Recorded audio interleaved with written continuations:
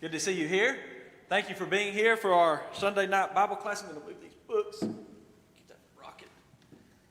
Thank you for being here, for being a part of our Sunday night Bible class. And we have some guests with us tonight, parents, I believe, of graduates, and certainly we welcome them here and thankful that they could be with us. And it's always a wonderful thing to be able to honor our graduates at this time of the year and their accomplishments over the past few years. Thank you for being here and being a part of the adult Bible class. I mentioned last week that we would likely study the church at Antioch tonight and chose Damascus instead. I'm trying to go kind of in order. I won't go in an exact chronological order or anything like that, but wanted to study Damascus tonight instead as we go through our churches in the New Testament. So up to this point, we've looked at the church at Jerusalem.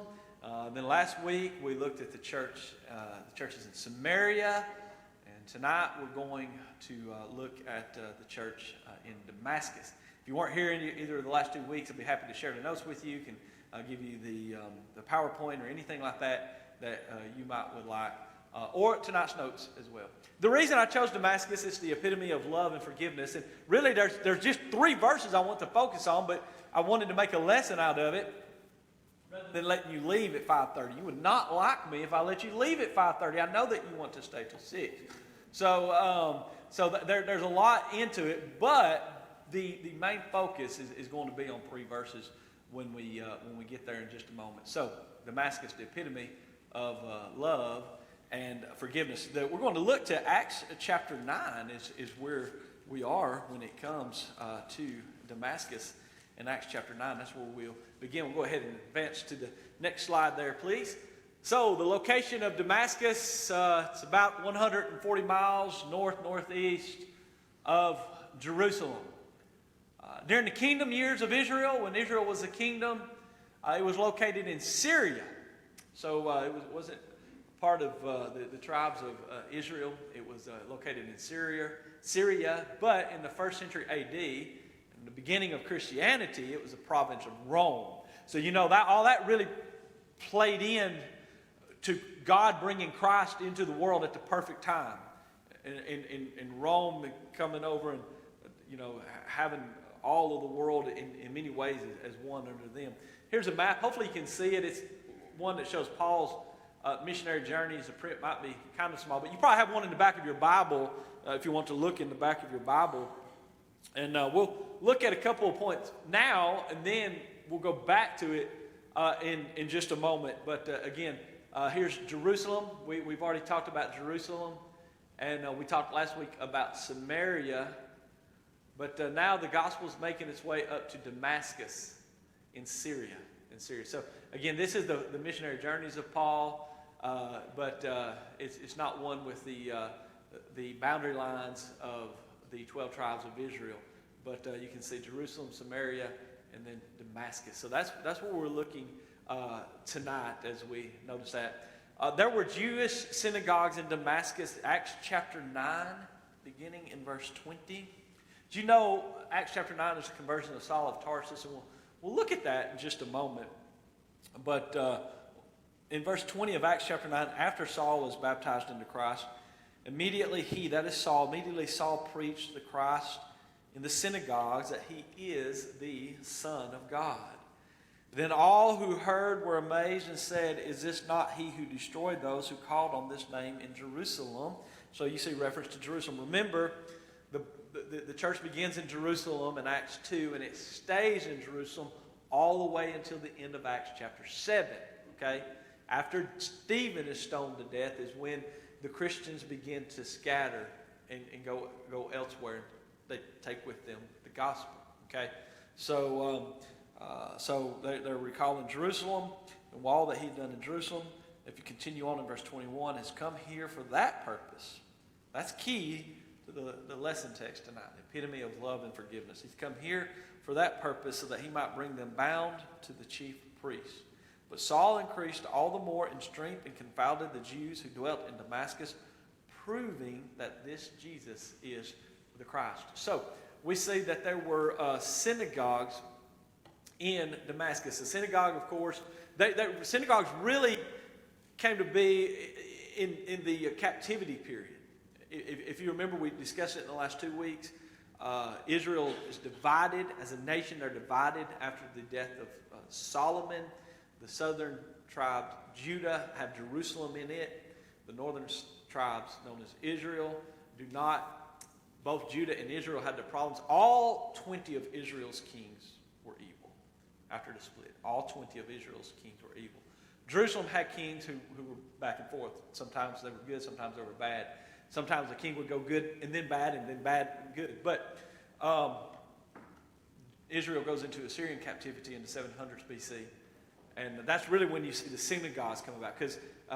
And then when Judah going into the captivity as well, that's when you see the synagogues, because they could not go to Jerusalem. The temple, of course, had been destroyed. So these synagogues, these places where they would come together to read the law, and where they would come together for worship. And by the way, as you know, in Paul's missionary journeys, oftentimes you see him going to the synagogues to teach. Not that he's holding to any of the Jewish law or anything like that. He's simply teaching the Jews. He knows where to find the crowd. And that's what he is doing. So, the question must be asked, well, how did the gospel and Christians get to Damascus?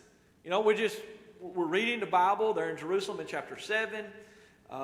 Then you see Samaria in chapter 8. And all of a sudden, Paul's on his way to Damascus. And it doesn't really tell us who took the gospel to Damascus, other than we know that it no doubt would have been those who fled from Jerusalem. In Acts chapter 8 and verse 4, remember Stephen stoned to death at the end of chapter 7. Chapter 8 begins talking about Saul and making havoc on the church. In verse 4, therefore those who were scattered went everywhere preaching the word. Luke writes the book of Acts, and he leaves it at that. Stephen is stoned to death. Saul's making havoc upon the church. Christians are scattered. And he leaves it there. And he focuses on Philip and the work in Samaria that we talked about last week. But then he picks it back up.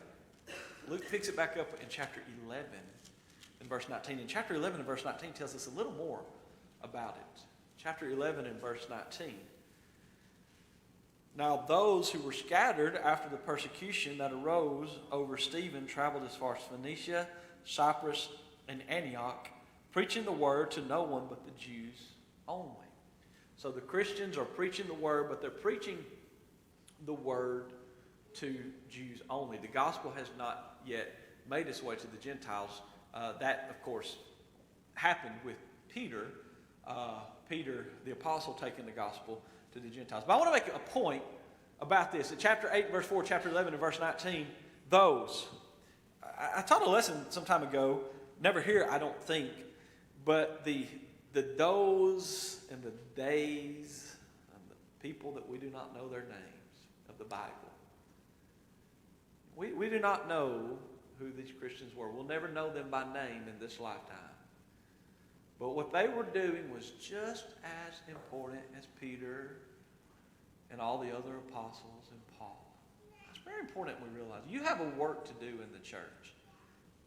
You have a work to do in the church. And when you think about it, people, you have some people today, men and women, who are known, it seems like, throughout the brotherhood. You call a name and everybody knows them.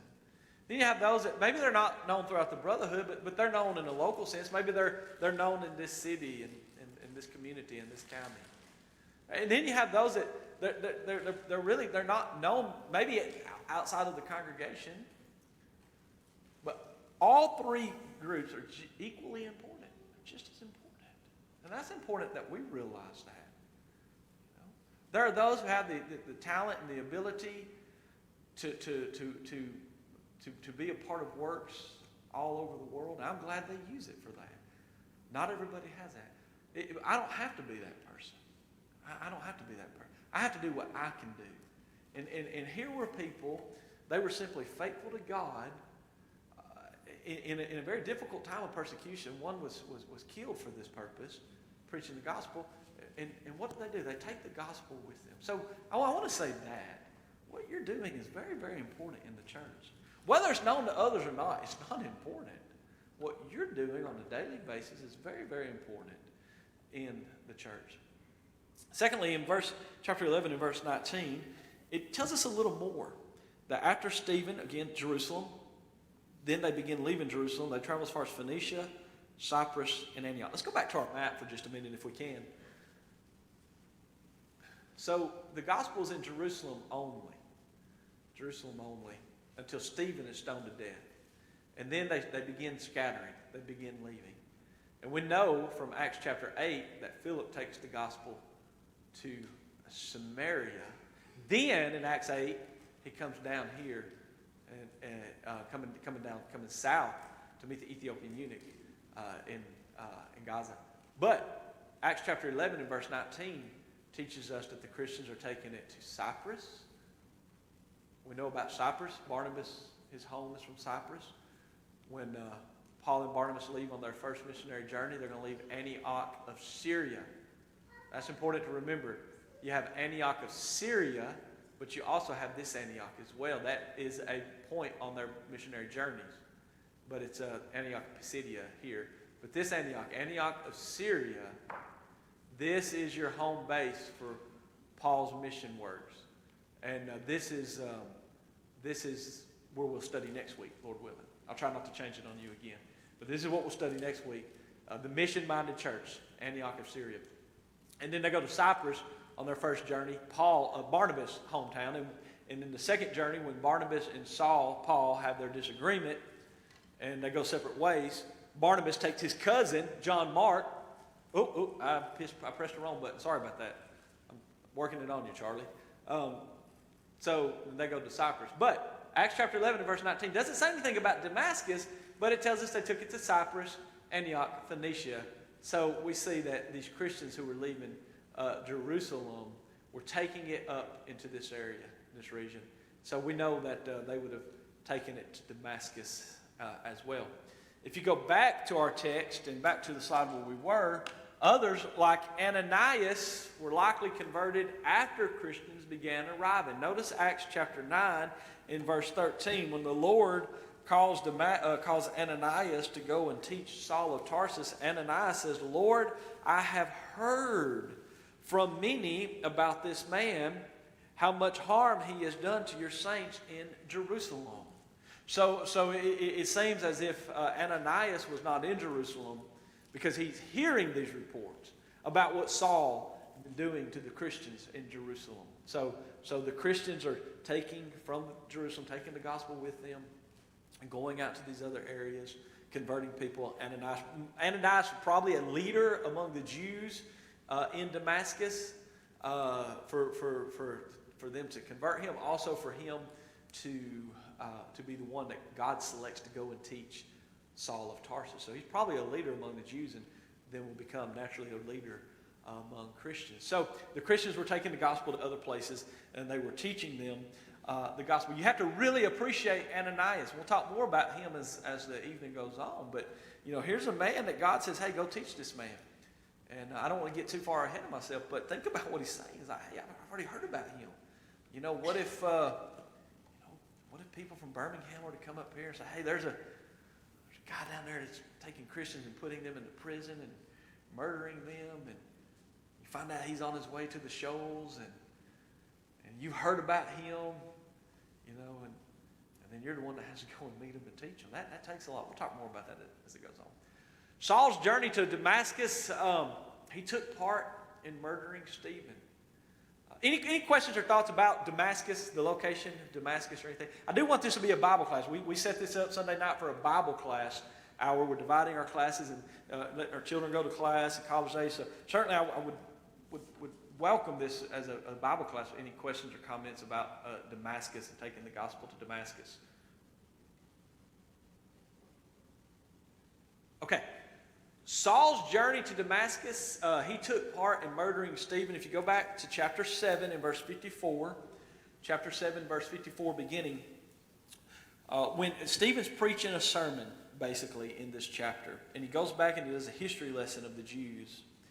And it gets down to verse 54, when they heard these things, they were cut to the heart. If you ever want to do a devotional or a sermon or lesson, anything like that, compare Acts chapter 7 and verse 54 to Acts chapter 2 and what about 36, 37. They were cut to the heart and they obeyed. Pricked to the heart, they obeyed. Here people are cut in the heart and they kill a man. So think about that. They were cut to the heart, and they gnashed at him with their teeth. But he, being full of the Holy Spirit, gazed into heaven and saw the glory of God and Jesus standing at the right hand of God. As you know, this is the only time that you see Jesus standing in Scriptures after the resurrection or ascension back into heaven. Most believe it's because of the first martyr, Stephen, losing his life for the gospel's sake. It said, "Look, I see the heavens open and the Son of Man standing at the right hand of God." Then they cried out with a loud voice, stopped their ears, and ran at him with one accord. And they cast him out of the city. Again, this is not Damascus, this is Jerusalem. They cast him out of Jerusalem. They stoned him. The witnesses laid down their clothes at the feet of a young man named Saul. Now, I know we're spending a lot of time talking about Saul tonight, but I think we have to get that nailed down to understand the purpose for studying the church at Damascus. Because there's not much said about the church at Damascus, but what is said is the ultimate example for every congregation to follow. So here's your introduction to Saul of Tarsus. He's a murderer. Many people believe the Bible saying that they laid down their clothes at the feet of a young man named Saul. That's saying symbolic that Saul gave his approval for them to stone Stephen to death. That's what a lot of people believe. That's Saul giving his approval for them to stone them to death. They stoned Stephen as he was calling on God and saying, "Lord Jesus, receive my spirit." And he knelt down and cried out with a loud voice, "Lord, do not charge them with this sin." And when he had said this, he fell asleep. In Acts chapter 22 and verse 20, as you know, if you want to flip over there quickly, as you know, the conversion of Saul is recorded 3 times in the book of Acts. Acts chapter 9, Acts chapter 22, and Acts chapter 26. And in Acts chapter 22, Saul telling this about his conversion says in verse 20, "And when the blood of your martyr Stephen was shed," this is Saul talking after his conversion, the Apostle Paul, "when the blood of your martyr Stephen was shed, I was standing by consenting to his death, guarding the clothes of those who were killing him." So he was certainly in agreement with it and likely gave authority to do it, gave his approval to do it. But it did not stop there. If you go back to Acts chapter, I know we're jumping around a little bit, but if you go back to Acts chapter 3, all this leads into Saul making his journey to Damascus. In Acts chapter 3 and chapter 8 and verse 3, Acts chapter 8 and verse 3, "As for Saul, he made havoc of the church, entering every house, dragging off men and women, committing them to prison." Men and women. Okay? It's important that the Bible that we see that the Bible says men and women. It's not just the men that he's attacking, men and women. And the first reference in the Bible of women Christians being attacked. Something I just thought I was kind of curious about. Well, okay, so there's a difference in approval. Like, for instance, if the mayor of the town gives approval for construction to commence, that's one thing. If I give approval for construction to commence, that means nothing. You know, so but it just says I agree with it. So is Paul's approval indicative of some kind of office or rank that he held? Sure. Or is it more just saying, because of where he ended up later on, it's saying he went from this point in approving of his death to this point of following Christ? Right. Good question. Good question. For me, I would go to Acts 9 on that. Actually, Acts 8 where we were. Let me see. Let me see where I am. Acts 9. So Saul, did he have the authority to give the approval for them to do this, or is he just approving what they did? Off the top of my head, I don't know the correct answer, but I would use Acts chapter 9 to say, "Then Saul, still screaming threats of murder against the disciples of the Lord, went to the high priest and asked letters from him to the synagogues of Damascus, so that if he found any who were overweight, whether men or women, he might bring them bound to Jerusalem." As you know, Saul is one who's educated. He's one who was just really growing in Judaism. He was one who studied at the feet of Gamaliel. And by the way, quick little side note, in preparing for this lesson, it's not part of the lesson, but something I never really thought about before. Saul, I don't think it's in this lesson, at least. I might have included it, but you hear it twice and stuff. Saul of Tarsus, the younger man, is taking the route of violence. Gamaliel, back in Acts chapter 5, is one who talks them out of killing Peter and John. I never really thought about that. Here's an older, wiser, more experienced man saying, look, we don't need to go that route. And the younger hothead, so to speak, is coming. And I thought about it, I've been preaching since 2003. I've never stoned anyone to death. I'm not going there. But, man, it's amazing how much more I knew about the Bible then than I do now. I mean, you're young, you think you know it all, then you keep saying, wow, I've a lot to learn, So it's good to have that. Anyways, that was a quick side. So my point of saying that is Saul was one who's definitely growing in Judaism. And the sky was the limit had he not converted to Christianity. I personally think that he gave that particular authority, but it's authority, as we see in Acts chapter 9, that ultimately he would have to get from the high priest. So that's where I would go with that. I'll study more on it, but that's where I would go on that is, even he was, in Judaism, was subject to the high priest, but he was advancing so much in Judaism that the high priest was giving him that authority. Well, to be clear, I'm not even sure that the Bible says one way or the other Right. at that point in time. It's just more curiosity of Sure. as far as that goes. It's an interesting thought. And somebody who might have more thoughts to add to that. It's an interesting thought. Yeah. Okay, so then, chapter 22 and verse 4, Acts chapter 22 and verse 4, Saul telling his conversion account. I persecuted this way to the death, binding and delivering into prisons both men and women. So again, he says it a second time. I'm persecuting them to the death, I'm putting them in prison, but not just the men. The men and the women. Chapter 26, the third time that his conversion story is told. And verse 10, this, talking about going against Jesus and everything that he was doing, this I also did in Jerusalem, and many of the saints I shut up in prison, having received authority from the chief priests, there's your authority again, and when they were put to death, I cast my vote against them. We talk about Stephen often. The question I think has to be asked, and again, there's not going to be an answer that I know of in the Bible, how many people went to an early death because of this man? I don't know. Again, you go back and read that verse. I cast my vote. When they were put to death, I cast my vote against them.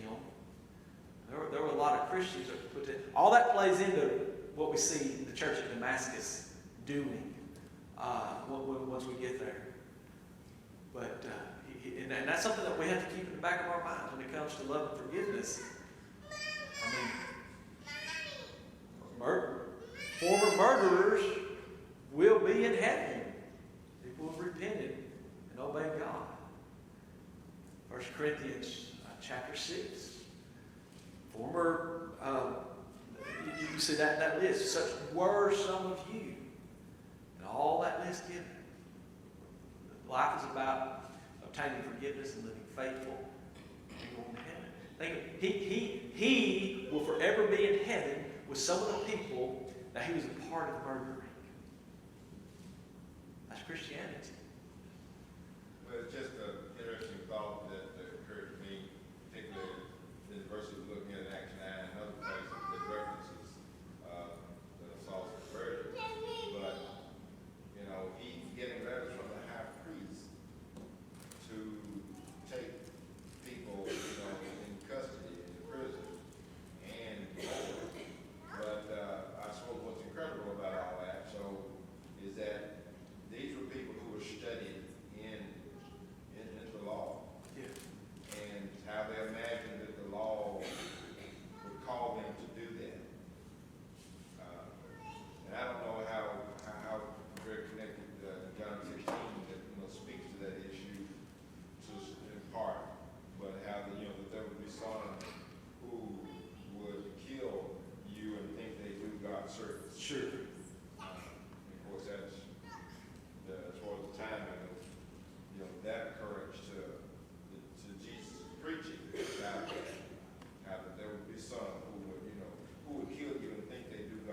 Right. And that's something I struggle with still today. You know, I mean, there's as much evil, probably maybe, I don't know, so much evil in this world in the name of some form of religion. Sometimes Christianity, sometimes other world religions. And it's like teaching away salvation, and it leads to arguments and killing one another. It's just it's so sad. People get. Here's the thing. I'm not right and you're not right. God is right. The Bible is right.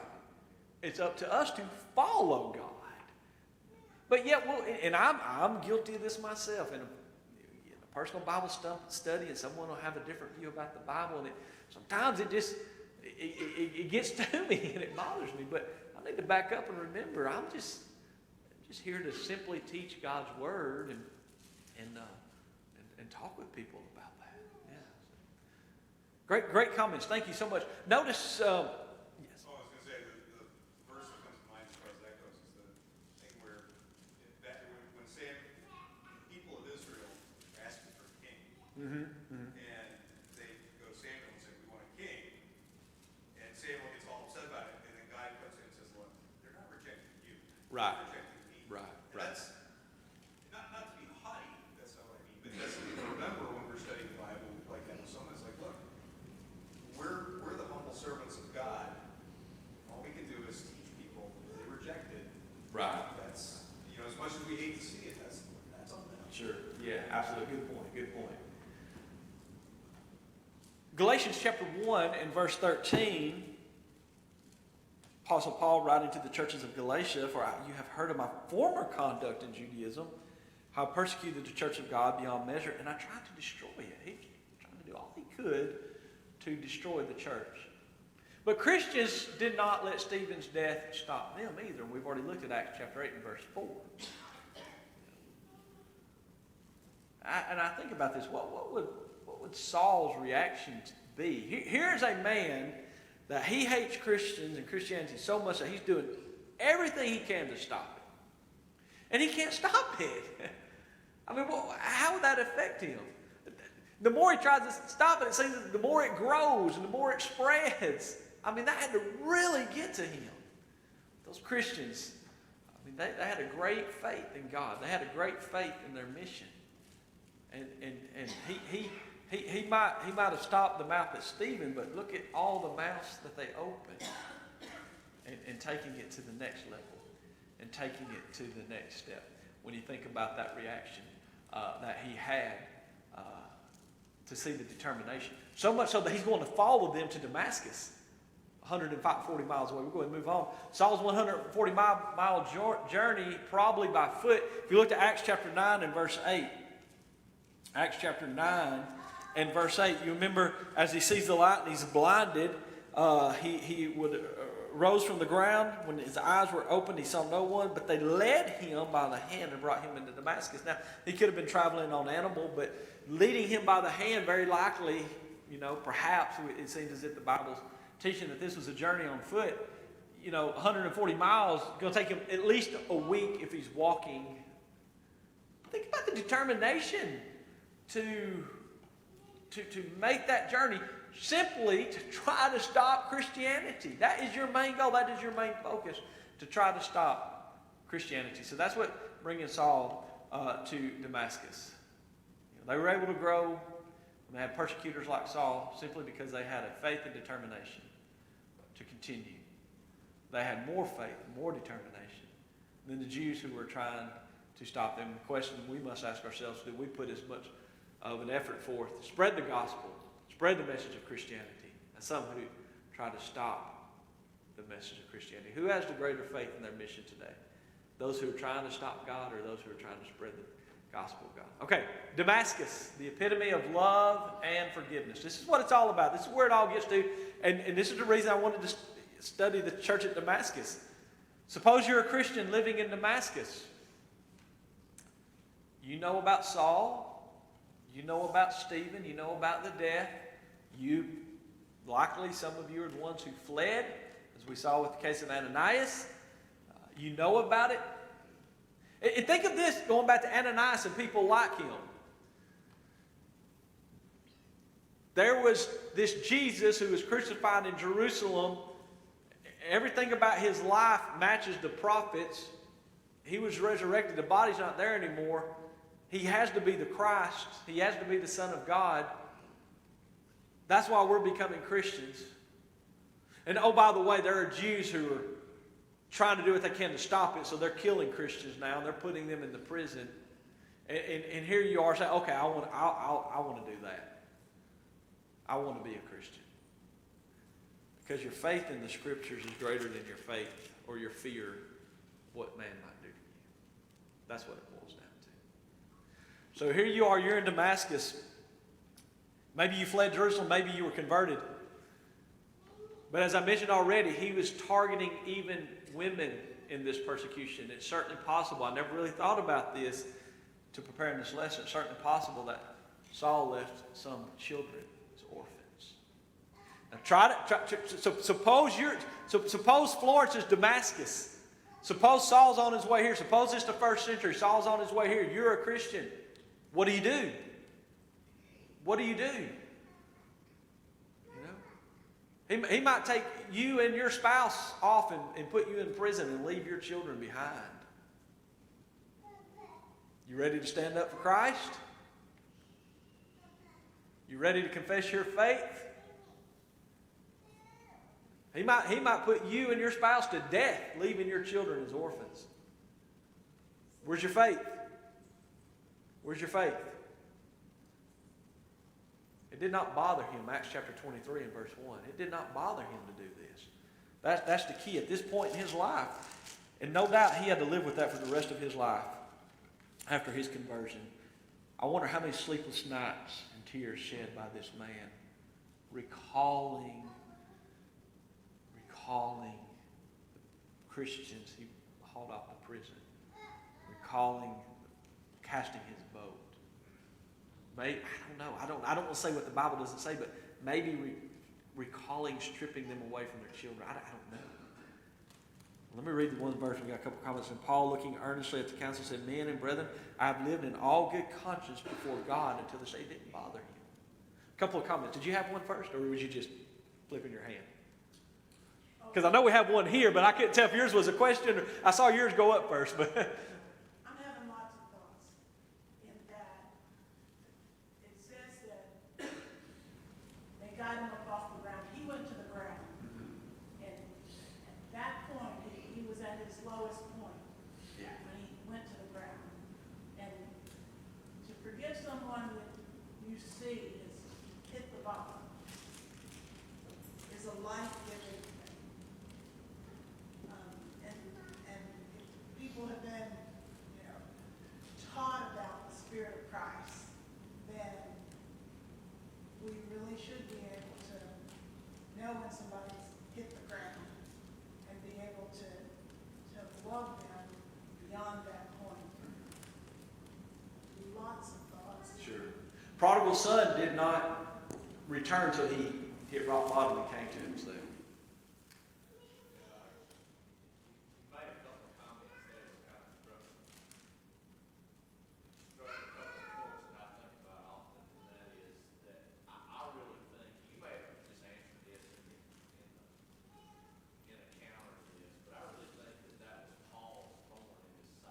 Some people do. Mm-hmm.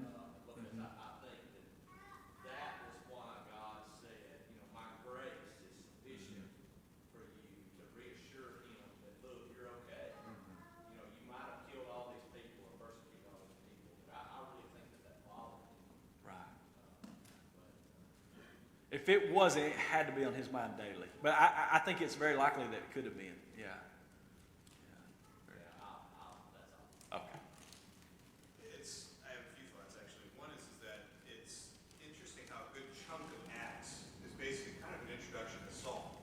Like not the very first part, which is in the middle of it, it's kind of like saying, this is who this guy is. And then, of course, then the epistles, of course, primarily Paul.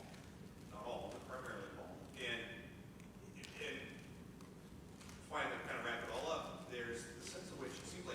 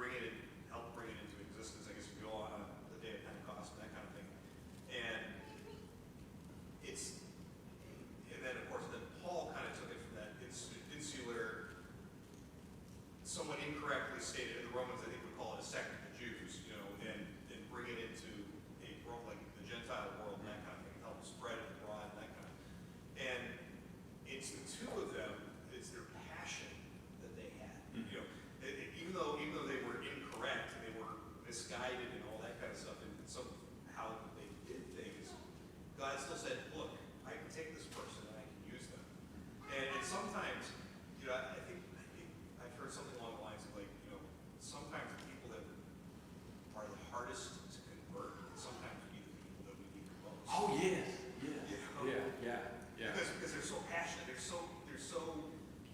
they think so much that they're correct, Right. even if they're wrong, that sometimes it's like, look, if you can get to them, it would be a fantastic asset for the church. Sure. Yeah, great point. Hey, along with that conversation earlier, talking about authority, Ananias says in Acts 9:14, and here he has authority from the chief priest to bind all who call on your name. Mm-hmm. So he was convinced that there was authority, and it's like Saul was on a mission, and then the Lord turned him around, just as he had a mission to drill Christians, then he had a mission to press on the gospel, to teach Jesus. Right. And I think he went after both of those with full intent. Sure, absolutely. Let me mention a couple of thoughts. Jason gave me authority last week. He has the authority. Not really, but we were talking afterwards about need to go 2 weeks ago. But I don't want to leave this hanging, and we have 4 minutes. So, how do you respond? Ananias, Acts chapter 9, verses 10 through 17. The Lord tells Ananias, there's this one, Saul. Notice verse 10. Ananias says, here I am, Lord. He's ready to do what God tells him to do. The Lord tells him in verses 11 and 12, you're going to Saul of Tarsus. He is praying. He's seen a vision. The one Ananias is going to come to him. Now notice Ananias has a different mindset. Verse 10, Lord, what do you want me to do? Here I am, Lord, I should say. In verse 13, Lord, I have heard from many about this man, how much harm he has done to your saints in Jerusalem. Here he has authority, as Greg just mentioned, from the chief priest to bind all who are. So now, little reservations there. Like, I would do the same. I would do the same. Wait a minute.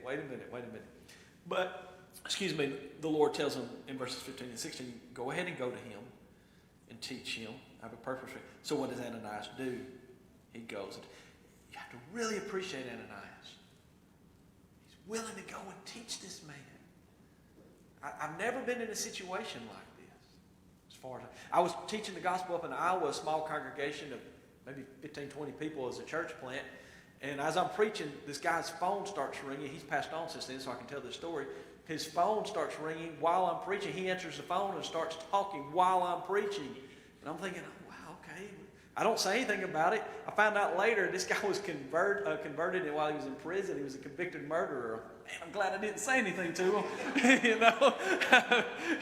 But no, he was converted, and he stayed faithful out of prison. He's faithful as far as I know till he died.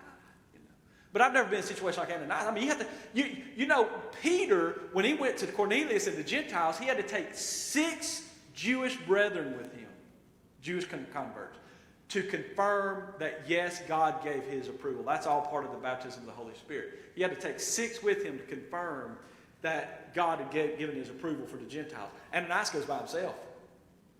He goes by himself. I mean, you think go home and think on that. But here, I do want to cover this. Verse 19. So when he had received food, he's baptized in verse 18. Verse 19, when Saul receives food, strengthened, then Saul spent some days with the disciples at Damascus. There's your fellowship. Now notice this, verse 23. This is the purpose of the lesson. This is the entire focus of the lesson. Now, after many days were passed, the Jews plotted to kill him. That's Saul. The Jews now in Damascus are going to kill Saul, but their plot became known to Saul, and they watched the gates day and night to kill him. Then the disciples, who? The disciples in Damascus.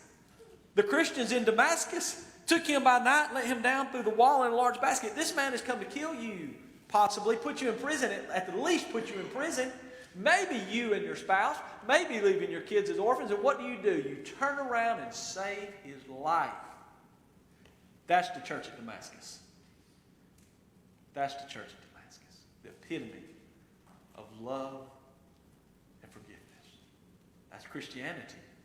I mean, that's what it is. Yes, sir. You'll probably get caught by the belt, but go with it.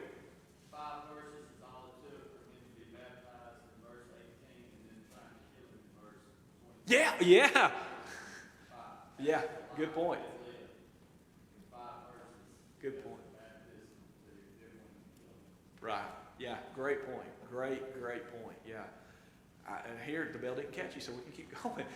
The only other thing I had after this, I was going to look a little deeper into Saul's conversion. We've done that before, and we'll do it again.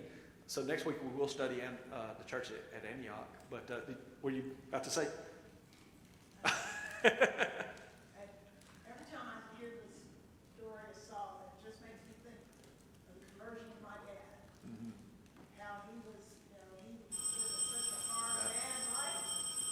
And then he was converted, and because we had been taught how to love, we were just able to take it in. Yeah. And the church took him in, and he just became the most solid person who had been harmed of, Yeah. our family.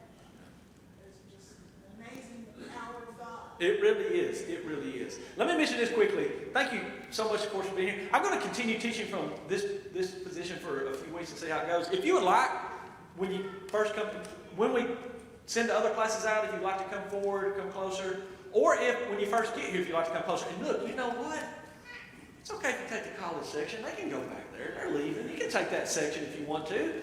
They have their own room to go to. But I'm going to try this for a few weeks. I appreciate the discussion. Appreciate being close enough to discuss it with one another. So next Sunday night, if you would like to come a little closer, we'd love to you have to do that. Thank you so much. Antioch, beginning in Acts 13. We'll also look at them in Acts chapter 11. That's what we'll study next week. Thank you so much.